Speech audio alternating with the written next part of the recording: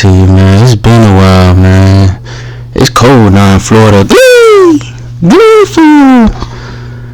It's your boy, Modest I. Dang. It's been about two weeks. It's been a while. I ain't gonna lie to you. It's been a while. I just been busy with work. I got more time now, so I'm gonna try to. Somebody told me something how to figure out the YouTube world, So I tell you, they told me just to be more consistent, at least 2 to 3 videos a day.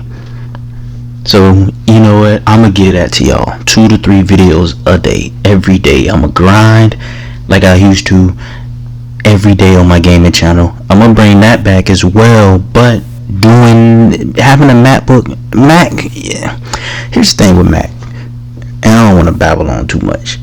MacBooks are gonna have to have their own software and things like that. You can't.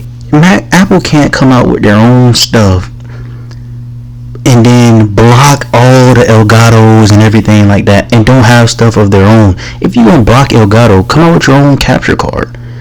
Cause for whatever reason, Elgato's blocked on the Mac. It's hard to, you know what I'm saying? So Apple, come out with your own stuff. People will buy it. You know what I'm saying? So that's the problem now with having a Mac. Eventually I'll get a Windows desktop or whatever. Hopefully when I move, I'm in this apartment. It's kind of small. I don't really have much room like that anyway, so it is what it is. We're gonna figure that out later on.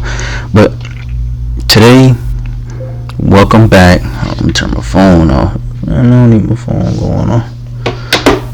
Welcome back to ModestIreacts. Basically, this is ISS. You know what I'm saying? This is where you go when you skip class, you get caught skipping, you didn't follow rules. We actually gonna learn in here. So this video is, I think the channel is called "It's Okay to Be Smart." How an igloo keeps you warm. Y'all don't want to learn in your normal class? Well, come to Modest I class. We finna learn.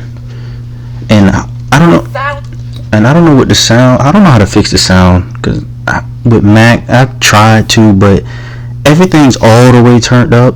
But for whatever reason, when I replay it in the videos, the volume's always low. So hopefully we'll figure that out too. Thousands of years, humans and plants and animals long before that have been using frozen sky water to keep warm, which sort of doesn't make sense because snow is cool. You might even say it's ice cold. No one knows for sure who built the first igloo, but with the right fit and the right physics, snow can actually warm you better than the inside of a tauntaun. You'll be okay, Luke. So how can something cold keep you cozy?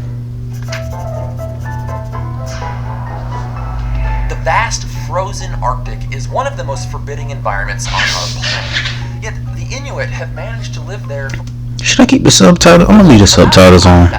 I ain't gonna turn them off. Out on the pack ice, where temperatures reach 50 degrees below zero, and when it's that cold, surviving means finding shelter.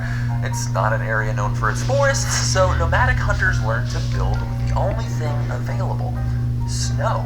Eskimo languages really do have dozens and dozens of different words for snow, because there are a lot of different types, and the type of snow you choose can dictate whether your igloo keeps you warm or turns you into a Homo sapiensicle. To understand this, we need to know a little something about being cold.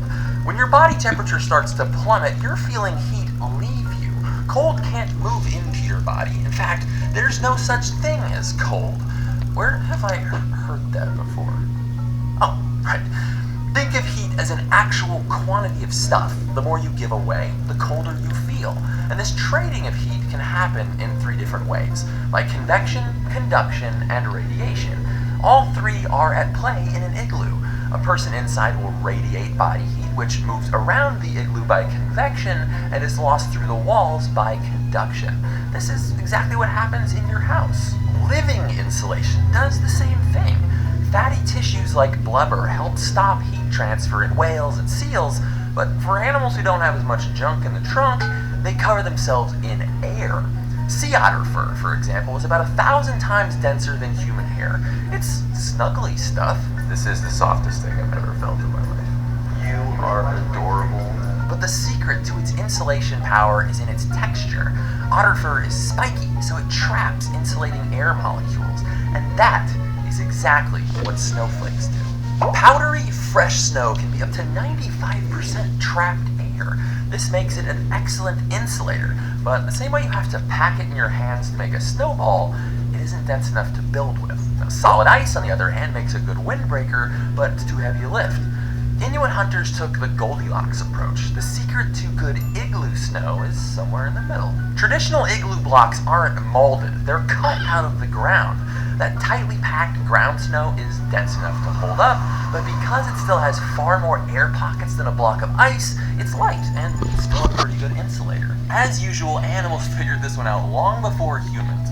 Polar bears, groundhogs, even birds like grouse all make snow burrows to stay warm. Even before that, plants were tucking into snow to avoid death by freezing. During the warm months, heat energy from the sun builds up in soil, and just like the roof above your head, a deep covering of snow prevents that heat from escaping onward and upward. The snowy blanket above stops ice crystals from forming inside plant roots and shoots and seeds. Not freezing to death is a pretty good motivator for any animal to get crafty, but our big primate brains took it one step further with igloos. Their engineering maximizes warmth and stability. Cartoon igloos look like flat-bottomed half-spheres, but in reality, they're neither of those things. If you were to slice a... Ain't that that Christmas, that's that Christmas, I think that's that Christmas show. You can see a shape called a catenary. This gradually sloping shape is the same one that would form if you held a chain from both ends and let it droop. A catenary arch distributes weight more evenly than a half circle without bulging or buckling. In fact, it's one of the most stable arches in nature, so sound that we still use it today. Inside, snow houses are carved in different levels. The hot air rises and the cold air sinks down into the lower part, away from where you would eat, sleep, and chill. To boot, body heat melts the innermost layer of the walls, strengthening the barrier between you, your airy snowblock insulation, and the frigid great beyond. When you live in an igloo, you act as a living furnace. Over time, the temperature in your icy abode can hover some 40 to 60 degrees above the surrounding air, but bring a friend to your igloo party, and you'll get warmer faster. Stay cozy, and stay curious.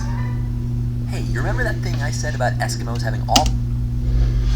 Well, that was pretty, simple, and pretty much just, common sense in a way, if you knew that. But if you didn't, like me, it really is just it was alright, build a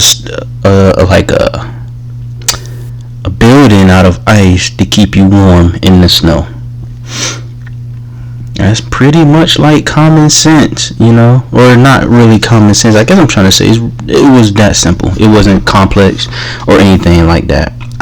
Hey, now when you cold, when you know what I'm saying, y'all in these cold states. I'm in Florida right now, so it don't really get that cold to where it snow. But y'all up there in Connecticut, New York, try building the igloo, and test it out and see how it is, Hey, ModestIreacts, that's the first video. Hey, you ain't gotta like me, you ain't gotta watch, but when I upload, I appreciate the views.